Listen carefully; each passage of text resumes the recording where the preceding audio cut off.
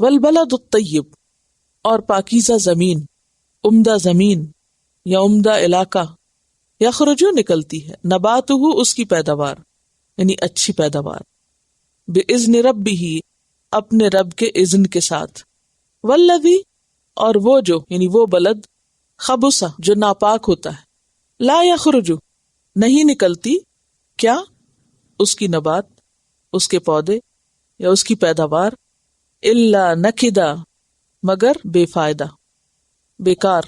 نکدا کا لفظ جو ہے یہ منحوس کے لیے بھی آتا ہے اور کم پیداوار کے لیے بھی آتا ہے، اور خراب زمین سے زیادہ فائدہ حاصل نہیں ہوتا، یا تو کچھ بھی نہیں صحیح طور پہ نکلتا، یا جو نکلتا ہے وہ کام کا نہیں ہوتا، یا پھر پھل آتا بھی تو بہت تھوڑا آتا ہے، سارے معنوں میں آ سکتا ہے۔ کذالک نصرف الآیات، اسی طرح ہم پھیر پھیر کے لاتے ہیں آیات، احکامات یا نشانیاں دکھاتے ہیں ہم، لقوم یشکرون ان لوگوں کے لیے جو شکر ادا کرتے ہیں، شکر گزار لوگوں کے لیے ان آیات میں اور مختلف آیات میں مختلف سبق ہیں۔ اب یہاں پر بلد جو ہے کس سے تشبیہ دی گئی بلد کو، اور اس حصی مثال سے کیا سمجھانا مقصود ہے؟ انسان کو سمجھانا مقصود ہے کہ انسان بھی کس کی طرح ہے؟ زمین کی طرح ہے۔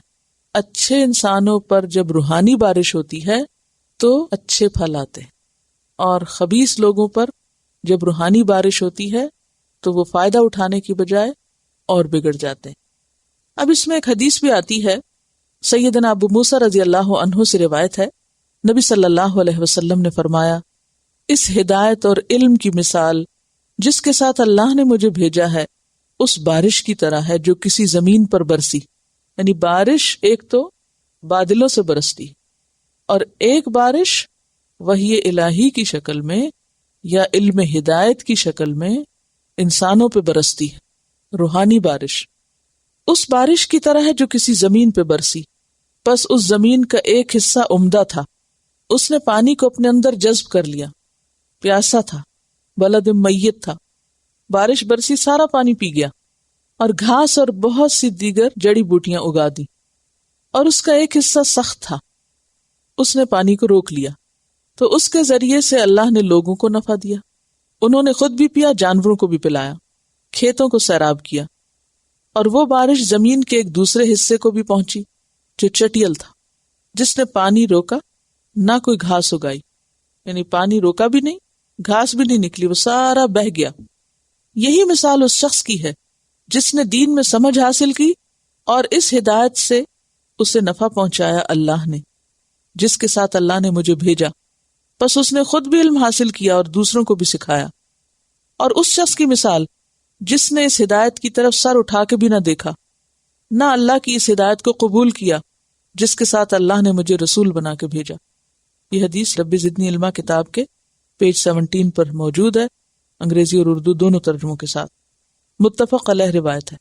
تو اس سے کیا پتہ چلتا ہے کہ جس طرح بارش برسنے سے زمین کے کچھ حصے خوب پیداوار لاتے ہیں اور کچھ حصے پانی کو قبول ہی نہیں کرتے اور سارا پانی وہاں سے بہہ کے کہیں اور چلا جاتا ہے، اسی طرح وہ انسان جو ہدایت کے لیے پیاسے ہوں، قدردان ہوں، طلبگار ہوں، جب روحانی بارش یعنی علم ہدایت، قرآن کی تعلیم، سنت کی تعلیم ان پر پڑتی ہے تو وہ اس کو جذب کرتے ہیں، اپنے اندر محفوظ کرتے ہیں، پھر اس سے خود بھی فائدہ اٹھاتے ہیں اور اس خیر کو دوسروں تک بھی لے جاتے ہیں۔ جیسے پودا جب اگتا ہے تو مالک خود بھی فائدہ اٹھاتا ہے اور اس کو آگے سیل آؤٹ بھی کرتا ہے، دوسرے انسانوں کو بھی دیتا ہے۔ لیکن چٹیل زمین، پتھر، سخت، سنگ دل قسم کی ہوتی ہے، اس پہ جب بارش پڑتی ہے تو وہ سب پانی بہہ جاتا ہے۔ یعنی کفار مکہ جیسے تھے تو ان پر بھی ہدایت کی بارش پڑ رہی تھی، مکہ میں رہتے تھے، حرم کے پاس رہتے تھے، پیغمبر ان کے بیچ میں تھا، لیکن وہ کیا کر رہے تھے؟ کوئی اثر نہیں تھا ان پر کسی چیز کا۔ اب کیا ہوا؟ پانی وہاں نہیں ٹھہرا، کہاں چلا گیا؟ مدینہ چلا گیا، اس نے وہ جذب کر لیا اور ساری دنیا میں خیر پھوٹی وہاں سے۔ تو بات یہ ہے کہ انسان بھی مختلف اقسام کے ہوتے ہیں۔ انسان مٹی سے بنا نا، تو جس طرح مٹی کی قسمیں ہیں نا، کوئی اچھی مٹی ہوتی ہے تو اس سے بہترین چیزیں بنتی ہیں، اور کچھ خراب مٹی ہوتی ہے، شوریلی زمین ہوتی ہے، نہ وہ پانی اپنے اندر جذب کرتی ہے اور نہ ہی اس سے کچھ اگتا ہے. کبھی خراب زمین دیکھنے کا اتفاق ہوا؟ عام طور پر جسے کلر والی نہیں کہتے. کلر والی زمین کون سی ہوتی ہے؟ اس کا جو پانی کا لیول ہوتا ہے نا وہ اونچا ہوتا ہے، ویٹ ہوتی ہے ایک طرح سے. جب بارش ہوتی ہے تو اس پہ دلدل بن جاتی ہے، نمکیات اس میں بہت ہوتے ہیں اور وہ پانی جذب بھی نہیں کرتی، کچھ بھی نہیں اگتا اس میں اور خرابی ہو جاتی. لیکن جو زمین پیاسی ہوتی ہے اس پہ جب بارش پڑتی ہے تو وہ پانی پورے کا پورا پی جاتی ہے، لے لیتی ہے اور پھر سبزہ اگاتی، واپس بھی فائدہ پہنچاتی.